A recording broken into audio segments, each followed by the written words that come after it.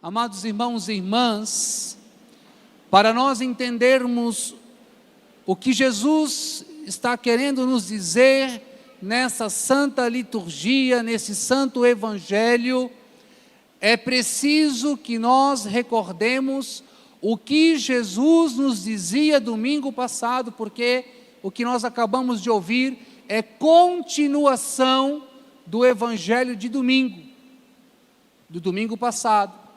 Domingo passado, Jesus nos falou 4 ditos, e hoje são mais 2 ditos, então é um total de 6 ditos.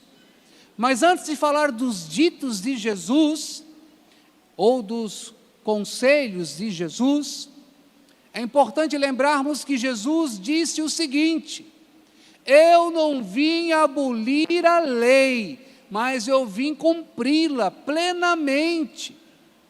O que Jesus quer dizer com isso? Quer dizer que nós não devemos olhar a lei só ela ao pé da letra, mas olhar ela para além da letra, o que está debaixo da letra. E aí, depois que Jesus disse que não veio abolir a lei, mas veio cumprir plenamente a lei, então ele vai dizer: se a vossa justiça não for maior do que a justiça dos fariseus e dos mestres da lei, vocês não entrarão no reino dos céus. Então, o que Jesus está querendo nos dizer desde domingo passado é a respeito de como deve ser o comportamento daquele que o segue. Qual é o comportamento de um filho de Deus? Um filho de Deus tem que ser justo, um filho de Deus tem que ser honesto, um filho de Deus tem que ser coerente, um filho de Deus não trapaceia, um filho de Deus não aceita propina, um filho de Deus não corrompe, o filho de Deus não passa a perna no outro, o filho de Deus não finge, não dissimula, é verdadeiro, é justo em tudo que faz, é justo em suas palavras. E aí então chegaremos agora nos ditos. O primeiro dito que Jesus nos falava domingo passado era o seguinte: não matarás, porque se matares vai ser preso, vai ser condenado pelo tribunal. E aí Jesus começa a falar em seguida umas coisas que parece que não tem nada a ver com essa história de não matar. Ele diz assim: olha, se você tem alguma coisa contra o seu irmão, antes de você trazer a sua oferta ao altar, deixa a sua oferta, vai se reconciliar com ele, e depois vem trazer a sua oferta. O que Jesus está dizendo? Olha, existem muitas formas de matar. Não só tirar a vida de alguém, dando um tiro. Claro que naquela época não tinha arma de fogo. Estamos só aqui nos nossos tempos, então trazemos um pouco essa ideia para entender. Então existem muitas formas de matar, não só tirando a vida de alguém, mas quando eu alimento rancor, raiva, vingança, quando eu calunio alguém, quando eu falo mal de alguém, quando eu julgo alguém, eu posso estar matando este alguém. Eu posso estar matando a sua alegria, eu posso estar matando a sua esperança, eu posso estar matando dentro dele os seus sonhos. Há muitas formas de nós matarmos. Por isso Jesus está dizendo: olha, quando você olhar a lei e observar a lei, não olha só a lei enquanto a letra. Quem é jurista sabe muito bem, quem é advogado, se tem advogado aqui, sabe que tem que fazer uma hermenêutica, uma interpretação da lei. Você não pode ler a lei ao pé da letra. Então Jesus está dizendo: olha, vai para além da letra. Matar há muitas formas de matar. E aí depois Jesus vai falar o segundo dito, que é não adulterar. E aí ele vai dizer: olha, a lei diz, não devemos adulterar. Mas adulterar, não é que ele disse isso, mas nós subentendemos o que eu vou dizer a partir daquilo que ele vai dizer. Veja, aquele homem que olha para uma mulher, cobiçando ela, já cometeu adultério no seu coração. Então, quando um homem ou uma mulher entra na pornografia, desculpa eu ser bem rasgado e bem português claro, quando você fica dando aquele likezinho naquele homem, naquela fotinho daquela mulher bonitinha, gatinha, você está adulterando. Quando você está naquela conversinha escondida no celular, você está adulterando. Então, existem muitas formas de adulterar, não é só sair com uma pessoa e ter uma intimidade em um determinado lugar. Não, há muitas formas de adulterar. Com o olhar, com palavras. Por meio das redes sociais, como eu disse. Então, nós temos que estar atentos, porque há muitas formas de adultério. Alguns dizem na confissão assim, padre, eu nunca fui de fato, realmente assim, eu nunca adulterei de fato. Mas quando você escuta os relatos, você vê que aquela pessoa já adulterou de muitas outras formas.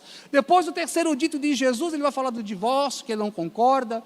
Vai para o quarto dito, que ele vai dizer que nós não devemos jurar, que o nosso sim seja sim, que o nosso não seja não. O que ele está querendo dizer aqui? Olha, aquele que é cristão, aquele que me segue, tem que ter uma palavra reta. Aquele que é cristão não pode, aquele que me segue não pode ter uma palavra que faça curva, é uma palavra realmente coerente, íntegra. Aquilo que ele fala, ele cumpre. Ele não usa da palavra para enganar. Ele é transparente. É isso que Jesus está dizendo. Alguém que me segue, o seu sim é sim, o seu não é não. Não tem subterfúgios. Eu aprendi de um formador que dizia para nós assim: vocês precisam, vocês que vão se consagrar, vocês que vão ser padres, vocês que vão estar à frente de uma comunidade, vocês precisam ser homens de palavra, ou melhor, homens da palavra e de palavra. Os cristãos têm que ser homens e mulheres da palavra e de palavra. Isso tudo falando do comportamento que devemos ter. Agora chegamos aos dois últimos ditos de Jesus. Presta atenção no quinto dito de Jesus. Você vai se surpreender com o ensinamento de Jesus. Ele diz assim: vós ouvistes o que foi dito, olho por olho, dente por dente. Eu, porém, vos digo, não enfrenteis quem é mau, quem é malvado, pelo contrário, se alguém te dá um tapa na face direita, oferece-lhe também a esquerda. Meu Deus, parece que Jesus está dizendo que nós que o seguimos temos que ser uns tolos, uns bobos, temos que abaixar a cabeça e dizer amém. Não, não é isso que Jesus está querendo dizer. Deixa eu explicar. Vem aqui, Fabrício, faz favor. Vou explicar o verdadeiro significado de dar a outra face. Vira para cá, para mim. Face direita, face esquerda. Você sabe que quando alguém de autoridade, um rei, queria punir um súdito que tinha cometido algum erro, alguém já assistiu aí filmes desses períodos medievais e etc., período romano, greco-romano e etc., você vê muitas vezes que o rei, o que ele faz? Ele bate com esse lado de fora da mão. Bate assim, como desdenhando, dizendo, você não é nada, você é meu subalterno, você é insignificante. Quando um escravo era pego porque fugia ou que tinha cometido algum erro, a mesma coisa. O capataz, ou o dono do escravo, batia. Às vezes um pai, uma mãe, talvez você levou um tapa assim, eu também já levei. Quem já não levou? E vamos abrir parênteses aqui, às vezes umas palmadinhas também não faz mal. Né? Não estou falando de espancar, mas às vezes umas palmadinhas não faz mal a ninguém. Mas veja, olha só, presta atenção. Às vezes o pai bate no filho assim. Então veja, bater o lado esquerdo, assim. Agora eu consigo bater com o lado externo da mão, com a parte de fora da mão aqui, com força? Não consigo.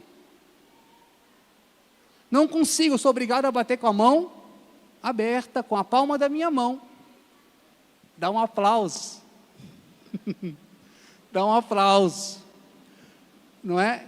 Não consigo bater com isso aqui, com a mão externa, com o lado externo da mão.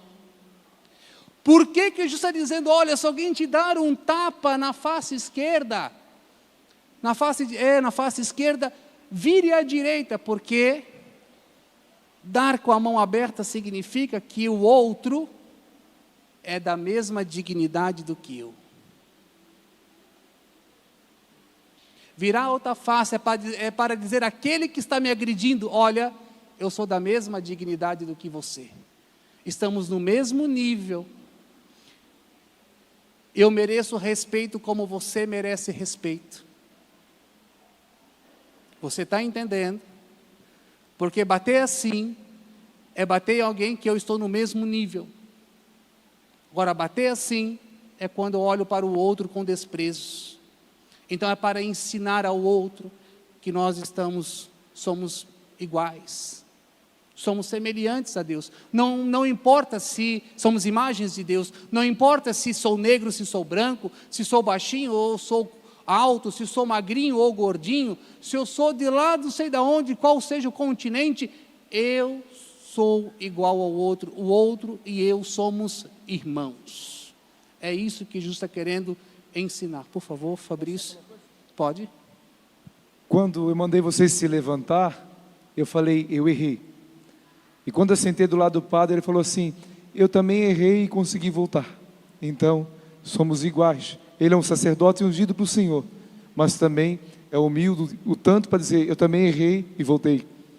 Eu disse para ele que hoje de manhã na missa, eu tenho a oração antes do prefácio, e eu pulei e me dei conta quando eu comecei a rezar o prefácio, e aí voltei. Errar é humano, não é? Dizia um formador meu, os perfeitos são chatos. Por que os perfeitos são chatos? Porque os perfeitos não têm espaço para Deus entrar. São perfeitos. Com isso não quer dizer que não devemos buscar a perfeição da caridade. Mas aqueles que são perfeitos no sentido de serem orgulhosos e soberbos, para esses, Deus infelizmente não consegue entrar, porque não abre o coração, tá bom? E outra coisa, então esse é o ensinamento de Jesus que devemos respeitar. E aí vamos chegar ao último dito de Jesus. Esse aqui pega, e é para pegar mesmo, porque diz assim, vós ouvistes o que foi dito, amarás o teu próximo e odiarás o teu inimigo. Um judeu, ele não amava aquele que era estrangeiro, aquele que era forasteiro, ele odiava, por exemplo, o samaritano. Mas veja, Jesus está dizendo, eu porém vos digo, vai dizer o contrário, amai os vossos inimigos e rezai por aqueles que vos perseguem. E aí eu lhe pergunto, ou talvez você lhe pergunta melhor dizendo, padre, como eu vou perdoar aquele que me ofendeu? Como eu vou perdoar aquele que foi trambiqueiro comigo? Como eu vou perdoar aquele que me trapaceou? Como é que eu vou perdoar o meu sócio que me roubou, que me deixou na lama, que me deixou com dívidas? Padre, como é que eu vou perdoar a minha esposa que me traiu? Padre, como é que eu vou perdoar o meu esposo que me traiu? Traiu a minha confiança, traiu o meu amor, traiu a minha fidelidade, como eu vou perdoar? Eu quero dizer para você, humanamente não se consegue. Sem a graça de Deus, nós não conseguimos dar esse perdão de coração. Nós temos que pedir, Jesus, me dê essa graça, porque Ele é o exemplo de perdão. Ele disse no alto da cruz, Pai, perdoa-lhes, porque eles não sabem o que fazem. Jesus já nos deu o maior perdão, e se Ele nos perdoou sem nós merecermos, nós que o seguimos, por que não vamos perdoar? Por que não vamos deliberar o perdão ao outro? E aí eu lhes conto uma história, já vou terminando a homilia para não ser longa. Veja, não sei se essa pessoa está aqui, mas disse assim uma pessoa para mim assim, padre, eu tenho várias complicações de saúde, depressão, ansiedade, etc. E eu desconfio que tudo isso é por causa do rancor e do ressentimento que eu tenho de meu pai. Faz 20 anos que eu não falo com meu pai. Talvez você esteja nessa mesma situação. E ela disse, eu já fiz acampamento, e meu coração já melhorou muito com o acampamento, inclusive o acampamento aqui no Amor Eterno, mas eu ainda não consegui perdoar o meu pai de fato. E eu gostaria de perdoá-lo, porque ele nos maltratou a minha mãe, maltratou os meus irmãos, a mim, por causa das atitudes dele de chegar bêbado em casa, quebrar tudo, nos abandonar. Nós tivemos uma vida difícil, nós passamos muitas dificuldades, nós tivemos que trabalhar cedo, sofremos muito, moramos em casa de família. Mas o fato é, padre, que eu preciso dar esse perdão, e aí eu dei uns conselhos para ela, orientei ela, indiquei um livro, ela fez. Eu já tinha me esquecido dela, depois de alguns meses ela me aparece no atendimento e disse assim, padre, estou aqui para lhe agradecer. Eu disse, mas agradecer de quê? Agradecer porque depois de 20 anos, com os acampamentos e com as suas orientações, eu consegui perdoar o meu pai. Este ano, eu e meu marido pegamos o nosso carro com os nossos filhos e fomos até o Paraná. Entrei na casa do meu pai, que já fazia mais de 20 anos que eu não o via, e disse, pai, eu estou aqui, eu te perdoo, eu te amo em Jesus Cristo. Porque se não fosse a graça de Deus, essa menina, essa mulher não teria perdoado seu pai por tudo que ele fez. Eu não sei qual é a sua dor, o seu sofrimento, quais são os seus inimigos, mas Jesus está dizendo algo muito importante, que nós devemos rezar até por aqueles que nos perseguem. E essa mulher disse para mim, padre, aquele sentimento de angústia desapareceu depois do perdão. Aquele nó na garganta, aquele sentimento de que tinha alguém me sufocando, desapareceu. Fazia anos que eu já não dormia mais a noite inteira, só debaixo de remédio. A hora que eu dei o perdão, eu voltei a dormir. A minha depressão, eu percebi que ela está indo embora a partir do momento que eu perdoei. As dores que tinha no meu corpo desapareceram por causa do perdão. Então, quando Jesus está falando que devemos perdoar, é porque Ele sabe do benefício para nós. Não é aquele que nos ofendeu que vai ser beneficiado, mas é você que vai ser beneficiado, é você que vai ser curado, é você que vai ser liberto, é você que vai ter paz e espírito, vai ter alegria para viver. Queira dar este perdão, e se você não consegue, diga para Jesus, Jesus, eu não consigo, mas dê-me a graça de perdoar. Coloca a mão no seu coração e diga assim, Jesus, dê-me a graça de perdoar as pessoas que me machucaram, que me ofenderam, que me traíram. Talvez você foi abusado. Traga o nome dessa pessoa. Diga, Jesus, eu dou o perdão. Jesus, eu dou o perdão. Jesus, pelo teu sangue derramado na cruz. Jesus, pelo teu sangue derramado na cruz. Pela aliança selada conosco. Pela aliança selada conosco. A nova e eterna aliança. A nova e eterna aliança. Que nos salva. Que nos perdoa. Eu delibero. Pela força do teu Espírito. Todo perdão. A essa pessoa.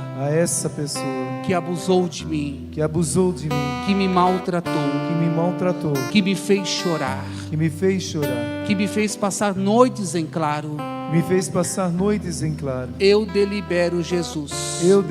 Pela força da tua graça. O perdão. A reconciliação. Dá-me, Jesus. A tua paz. Dá-me, Jesus. Um coração novo.